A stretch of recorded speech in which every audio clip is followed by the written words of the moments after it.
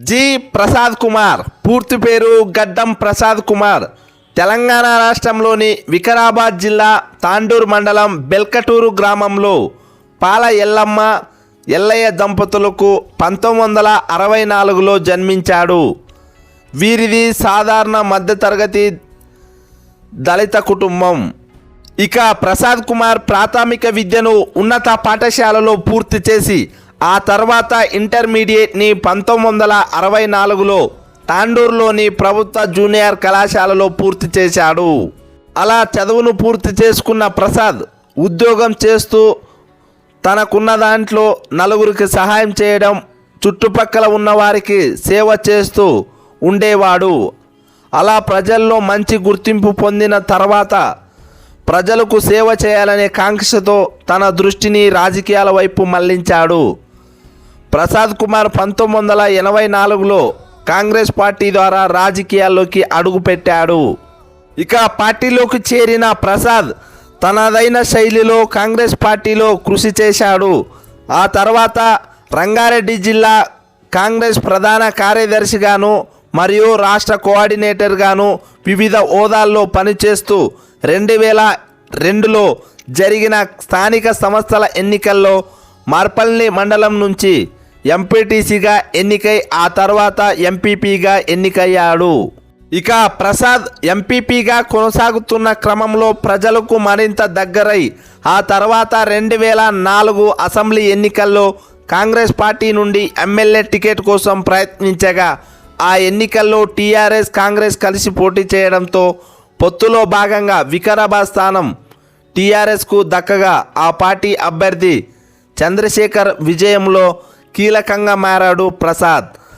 ఆ తర్వాత తెలంగాణ ఉద్యమ సమయంలో 2008లో ఉప ఎన్నికల్లో కాంగ్రెస్ పార్టీ నుండి పోటీ చేసి తన సమీప ప్రత్యర్థి అయిన తెలుగుదేశం అభ్యర్థి సంజీవ్ రావు పై గెలిచి తొలిసారిగా అసెంబ్లీకి ఎన్నికయ్యాడు.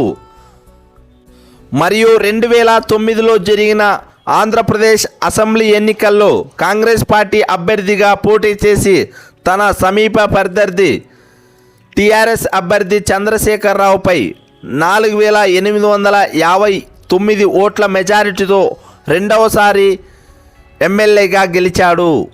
అయితే గడ్డం ప్రసాద్ కుమార్ 2012లో మాజీ సీఎం నల్లారి కిరణ్ కుమార్ రెడ్డి క్యాబినెట్లో టెక్స్టైల్ శాఖ మంత్రిగా పనిచేశాడు.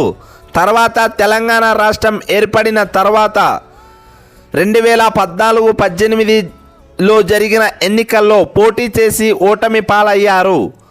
ఆ తర్వాత కాంగ్రెస్ పార్టీలో ఉంటూనే కాంగ్రెస్ పార్టీ రాష్ట్ర ఉపాధ్యక్షుడిగాను మరియు 2022లో డిసెంబర్ 10న తెలంగాణ కాంగ్రెస్ ఎగ్జిక్యూటివ్ కమిటీ సభ్యుడిగాను నియమితుడయ్యాడు.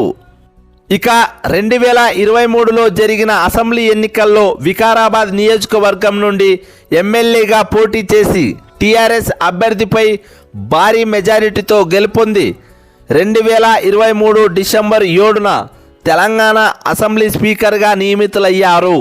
ఆ తర్వాత అసెంబ్లీ స్పీకర్గా డిసెంబర్ 13న నామినేషన్లు దాఖలు చేయగా ఒక్క బీజేపీ తప్ప మిగతా పార్టీలు బీఆర్ఎస్, ఎంఐఎం ఇతర పార్టీలు మద్దతు తెలపడంతో గడ్డం ప్రసాద్ కుమార్ తెలంగాణ తొలి దళిత శాసనసభ స్పీకర్గా ఏకీగ్రీవంగా ఎన్నికయ్యారు. ఆ తర్వాత గడ్డం ప్రసాద్ కుమార్ డిసెంబర్ 14న అసెంబ్లీ స్పీకర్గా బాధ్యతలు చేపట్టారు.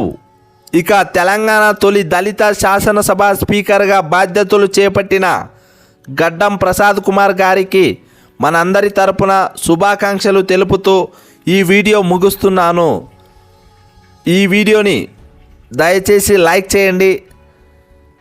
లైక్ చేయడం వల్ల చాలామందికి రీచ్ అవుతుంది.